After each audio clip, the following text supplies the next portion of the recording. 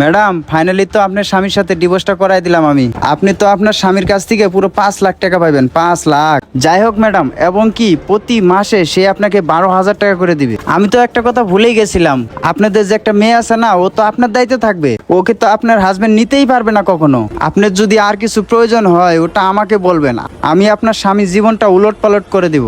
আচ্ছা, এখন আর কিছু লাগবে না। আর আমার যদি কিছু প্রয়োজন হয় আমি আপনাকে জানাবো। এখন আপনি যান এখান থেকে। আচ্ছা ম্যাডাম, আমি যাচ্ছি। ও, আমার একটা কথা মনে রাখবেন, আমার কমিশনটা কিন্তু আপনি ভুলবেন না। আচ্ছা আচ্ছা, ওইটা আমার মনে আছে। আপনি যান, ওটা নিয়ে আপনারা টেনশন করতে হবে না। তাহলে ম্যাডাম আমি এখন আসি।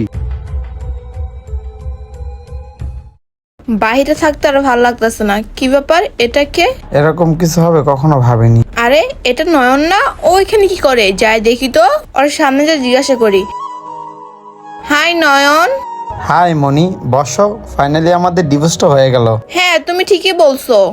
সত্যি কথা বলতে 4 বছর ধরে তো আমরা এটাই চেষ্টা করতেছিলাম যাতে আমরা দুইজন আলাদা হয়ে যাই। আজকে ফাইনালি আলাদা হয়ে গেলাম। হ্যাঁ, তুমি ঠিকই বলছো। আর বাই দেবে, তুমি যে আমার কাছে 5 লাখ টাকা দাবি করছো না, ওটা আমি এখন দিতে পারবো না। আমাকে একটু সময় দাও, ওটা আমি তোমাকে আস্তে আস্তে দেবো। আর একটা কথা, উত্তরে যে আমরা একটা ফ্ল্যাট বুকিং করছিলাম না, ওটা তুমি নিয়ে নিও। আর যাই হোক শোনো, তোমার বাবার বাড়ি যে 2টা গরু কিনছিলাম না, ওটাও তুমি রেখে দিও। আর আমি একটা বাইক কিনছিলাম না, সুজুকি জিএক্সার, ওটাও তুমি নিয়ে নিও। আমি তোমাকে এত কিছু দিয়েছি, তুমি আবার টেনশন করো না। আমাদের পুরনো হিরো হোন্ডাটা আছে না, ওইটাই আমি চালাবো, ওইটাই দিয়ে যাওয়া আসা করবো। ঠিক আছে নয়ন, কিন্তু তোমাকে তো কোর্ট থেকে শুধু 5 লাখ টাকা দিতে বলছে। তুমি এত কিছু কেন দিবা? আর যাই হোক ভাই দেবে, তুমি শুধু উত্তরের ফ্ল্যাটটা দিলে তো 5 লাখ টাকা পূর্ণ হয়ে যায়। আর তুমি দেখি সবকিছু আমাকে দিয়ে দিতেছো, তোমার নিজের কাছে কিছুই রাখলা না। ওটা কোনো ব্যাপার না মনি। আর ভাই দেবে, আমার কাছে কিছু গোল্ডেনের জিনিসপত্র আছে, ওইগুলো তুমি নিয়ে নিও। কারণ আমাদের মেয়ের বিয়ের জন্য ওইগুলো লাগতে পারে। ওই গোল্ডগুলো বিক্রি করে আমাদের মেয়ে বিয়ে অনেক বড় একটা আয়োজন করে দিবা। আমার কিছু লাগবে না, সমস্যা নেই, তুমি সবকিছু রেখে দাও। কারণ তোমার প্রতি আমার কোনো দাবি নেই। আর এই ডিভোর্সের জন্য তুমি অনেক দৌড়াদৌড়ি করছো, অনেক কষ্ট করছো, এটার জন্য তো তোমার কিছু পাওয়ার অধিকার আছে। নয়ন, তুমি এসব আমাকে কি বলতেছো? গোল্ড বিক্রি করে আমাদের মেয়ের বিয়ে দিবা মানে? আমাদের মেয়ে তো এখন অনেক ছোট, ওর তো বিয়ের বয়সই হয় নাই।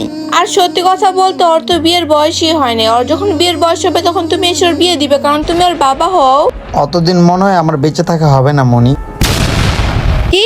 তুমি মারা যাবা মানে? তুমি এসব কি বলতেছো? আমি তো কিছুই বুঝতে পারতেছি না। তুমি আমাকে সবকিছু খুলে বলো।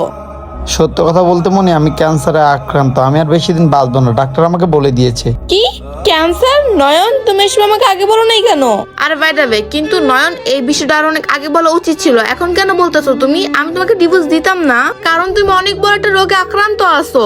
আর নয়ন, কি ব্যাপার, তুমি এখনো চুপ করে আসছো কেন? তুমি বলো, তুমি কখন এই রোগে আক্রান্ত হলা? এটা আমি অনেক আগে থেকে জানতাম। আর ভাই দেবে, তুমি তো আমাকে ছেড়ে দিবা, তার জন্য আমি তোমাকে জানাইনি। আর আমার জন্য তুমি কেন তোমার লাইফটা নষ্ট করবা? তুমি নতুন কাউকে বিয়ে করে তোমার লাইফটা আবার নতুন করে শুরু করতে পারো তুমি, কারণ তোমারও তো বেঁচে থাকার অধিকার আছে। আর আমি চাই না মনি তুমি আমার জন্য তোমার লাইফটা নষ্ট করো। আর তুমি তো আমাকে বেশি শর্ত দাও নাই, আর আমি তো তোমার সব শর্ত পূরণ করার চেষ্টা করলাম। আর যেটা পূরণ করতে পারলাম না, ওটা নিয়ে কখনো দাবি রাখো না, তা না হলে আমি মরে গিয়েও শান্তি পাবো না। আর আমি যতটুকু কামাই করছিলাম আমি সব মেয়ের নামে লিখে দিয়ে যাব। আমি কিচ্ছু নেবো না, খালি আমাদের সেই পুরোনো বাইকটা যেটাতে তুমি আর আমি ঘুরতাম, ওইটা আমার দরকার। কারণ আমাকে ওষুধ আনতে হবে, ওষুধের জন্য দৌড়াদৌড়ি করতে হবে, এর জন্য বাইকটা রাখতে চাইলাম, এছাড়া কিছুই না।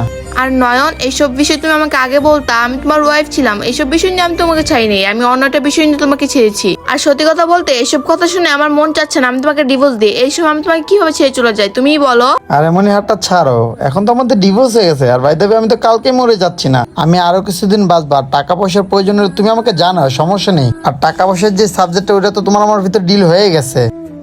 আর যাই হোক মনি, আমি মরার পর উকিল যেন আমার কবরের পাশে না যায় বলে যে তুমি আমার কাছে অনেক কিছু পাও। কবরের সামনে গিয়ে এগুলো বলে আমার খুব কষ্ট হবে। তোমার উকিলকে বললো কেসটা যেন ডিসমিস করে দেয়, কারণ আমি চাই না আমি মরার পর তোমার কোনো দাবি নিয়ে আমি মারা যাই। তা না হলে মারা যাওয়ার পর আল্লাহ তাআলাকে আমি কি জবাব দেবো? নয়ন, তুমি আমাকে মাফ করে দাও। আমি জানতাম না তুমি এত বড় একটা বিপদে আসো। আমার কিছু লাগবে না, আমার শুধু তোমাকে লাগবে। আর যাই হোক, তুমি আমাকে মাফ করে দাও। না টাকা লাগবে, না পয়সা লাগবে, না তোমার জায়গা সম্পত্তি লাগবে না, বুঝতে পারছো?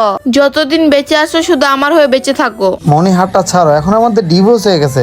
আমি চাই না তুমি আমার প্রতি কোনো মায়া দয়া দেখাও, যেহেতু এখন আমার ক্যান্সার হয়েছে, আমি একজন রোগী। আর ডিভোর্সটা তো আমাদের দুজনের ইচ্ছা হয়েছে। আমি চাই তুমি সুখে থাকো। আমি আর কয়দিন বাঁচবো বলো? আমি চাই তুমি নতুন জীবন সঙ্গী নিয়ে নতুন করে জীবনটা শুরু করো। ভালো থেকো মনি, পারলে আমাকে মাফ করে দিও। আর বাসায় গিয়ে আমাকে ওষুধ খেতে হবে এখনই। নয়ন, বন্ধুরা, কখনো নিজের জন্য অন্যকে ফাঁসাবেন না। আমাদের এই ভিডিওটা যদি আপনাদের কাছে একটু ভালো লেগে থাকে, অবশ্যই টাইমলাইনে পাঠিয়ে দিবেন। ধন্যবাদ ভিডিও দেখার জন্য। নতুন কেউ থাকলে অবশ্যই আমাকে ফলো করতে পারেন, এবং ভিডিওটা কেমন হয়েছে অবশ্যই সবাই কমেন্টসে জানাবেন।